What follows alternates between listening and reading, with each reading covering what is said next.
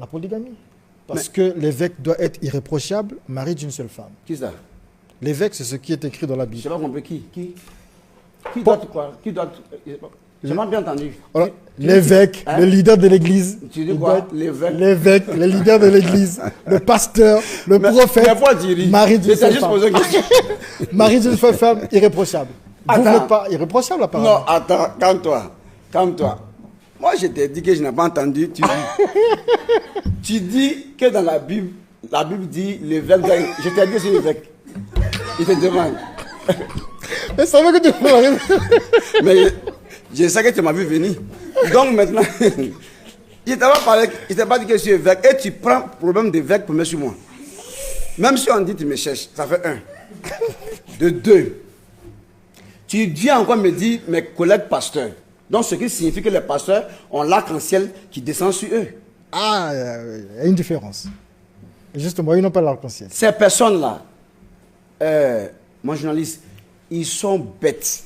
Ceux qui pensent que je suis leur collègue et que je dois vivre comme eux là. Je dis, l'arc-en-ciel qui est sur le trône de Dieu m'a apparu. Que Dieu me tue parce que je suis en train de prendre... La Bible dit, tu ne prendras pas en vain le nom du Seigneur. Maudit soit, dit les Écritures, quiconque dit l'Éternel a dit quand Dieu n'a pas parlé. Je dis Dieu, son arc-en-ciel m'a apparu. Maintenant, si je mens là, que Dieu me détruise, qu'il me juge sur la tête devant tout le monde. Parce que j'ai refusé de servir Dieu. Tu vois, quand je marche, je boitille. Je ne voulais pas servir Dieu. J'ai refusé. Jusqu'à ce que je fasse un accident.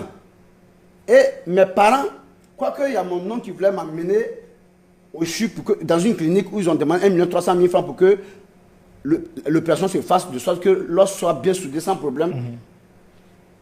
Il y a l'un de mes oncles qui est venu m'enlever par la petite porte du CHU où les pompiers m'ont amené pour aller voir un guérisseur traditionnel qui a commencé à tirer mon pied et ça ne se colle pas. Il faut suivre. Hein.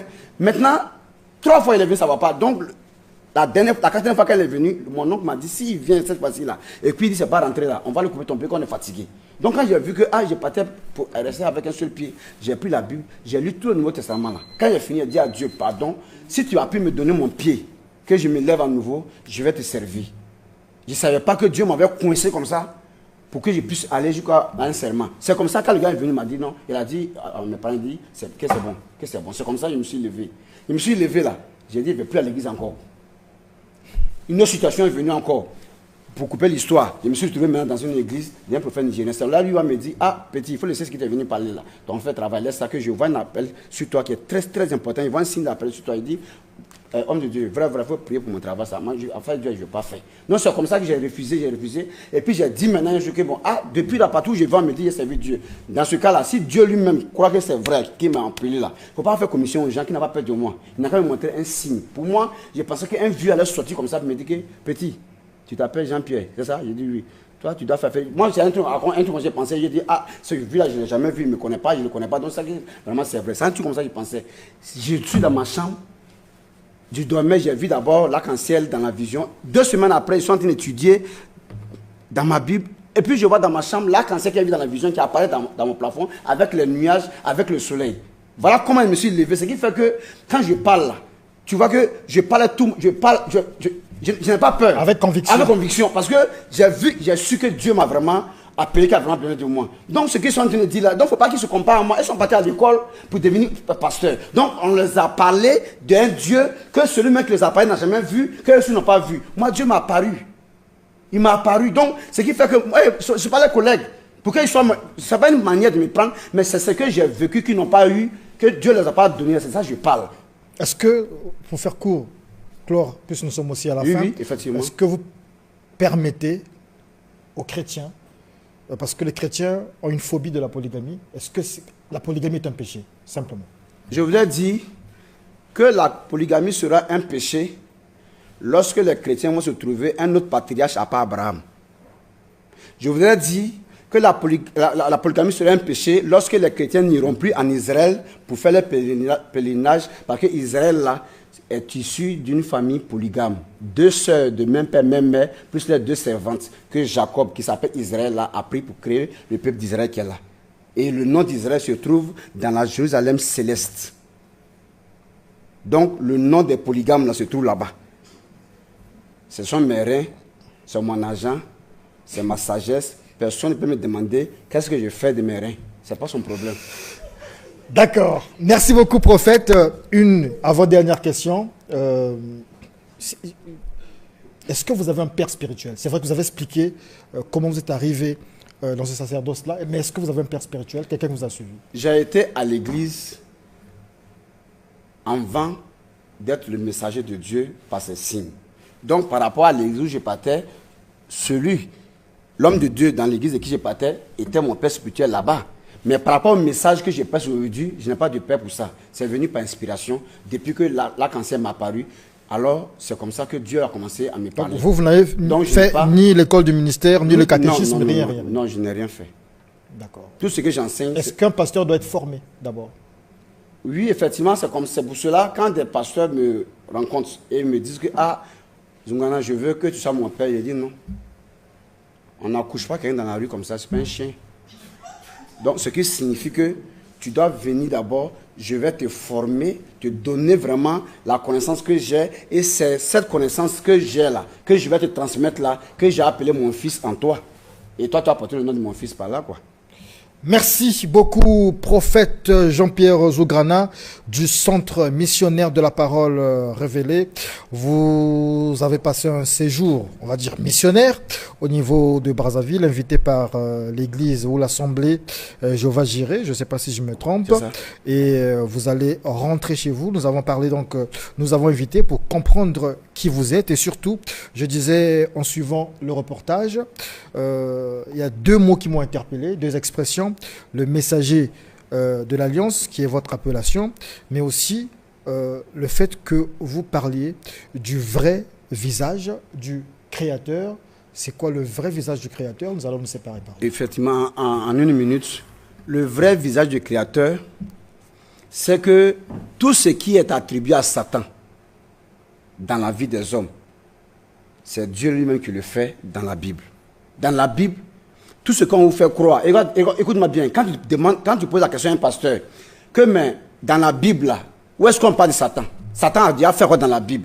La seule réponse que le pasteur a, c'est de dire, et dans Job. Quand il dit dans Job, il dit, il n'y a pas de problème. Il y a deux questions que je vais te poser. Dans Job, la première phrase de Job, c'est quoi? Il dit, l'Éternel avait donné, l'Éternel a repris. Que le nom du Seigneur soit béni. Donc, donc le propriétaire même de l'épreuve dit que c'est Dieu qui l'a créé là, qui lui a fait ça. Et toi, le pasteur, tu vas dans ton église pour critiquer Job lui-même, pour dire que c'est faux, que Job ment. Et il y a quelqu'un qui a vécu sa chose, il dit, voilà lui qui m'a fait, toi tu t'en vas le critiquer pour dire il ment. Ça fait un. Maintenant, Job dit encore, mes oreilles avaient entendu parler de toi. Mais aujourd'hui, mes yeux t'ont vu. Ça veut dire quoi? Ça veut dire que ce qu'ils ne savaient pas de Dieu là, c'est ce qu'ils veulent découvrir. Donc, ce qui signifie que dans Job là-bas, là, on ne parle pas de Satan. Et sa femme dit à Job, en Job 9, en Job, chapitre 2, verset 9 à 10, il dit, maudit Dieu et tu meurs, pourquoi tu demeures dans ton intégrité? Alors Job demande à sa femme, si nous recevons du bien de la part de Dieu, nous ne devons pas aussi recevoir sur le mal aussi de sa part. En tout cela, Job ne pécha point par ses lèvres. En Job 19, 21, Job dit, mes amis, vous qui accusez Satan et autre chose là, écoutez-moi bien, mes amis, Job 19, verset 21. Ayez pitié de moi, car la main de Dieu m'a frappé. Donc, ce qui signifie que, pourtant, c'est une atrocité. Quand tu vois la vie que Job a menée, ce qui fait qu'aujourd'hui, tu vois, quand tu prends une cigarette qu'on appelle Craven, c'est différent de la cigarette qu'on appelle Job. Par exemple, Craven, il y a un filtre. Mais Job, là, c'est tout qui est consumé. Hein. C'est la vie de Job, ça.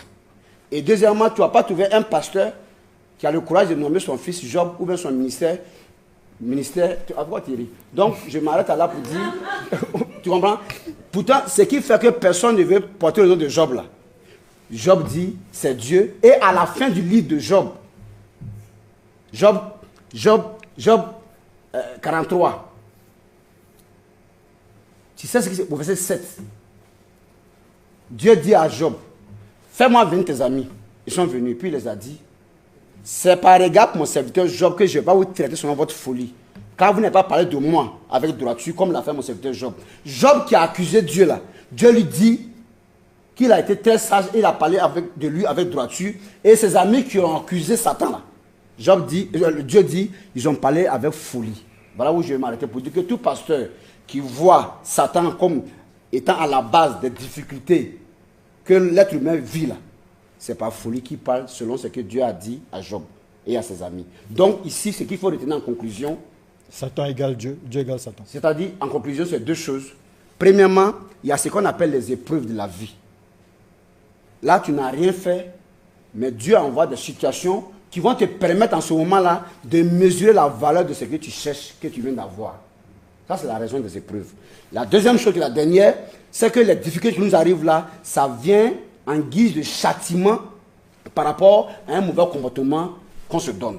Donc, soit tu vis une situation parce que tu es éprouvé par Dieu, parce que la Bible dit que Dieu ne tente personne, mais chaque personne est tentée lorsqu'il est attiré et amorcé par sa propre convoitise. Donc, quand tu vas aller en classe de 6e, il ne faut pas te demander pourquoi tu as transpiré à l'examen. Alors, tu comprends?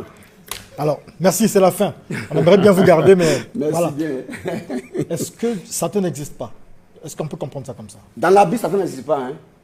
Mais dans la vie des hommes aussi. C'est ce que je te dis dans la Bible. Dans la Bible. Dans la vie des hommes. Dans la vie des hommes. C'est la difficulté que vous appelez Satan.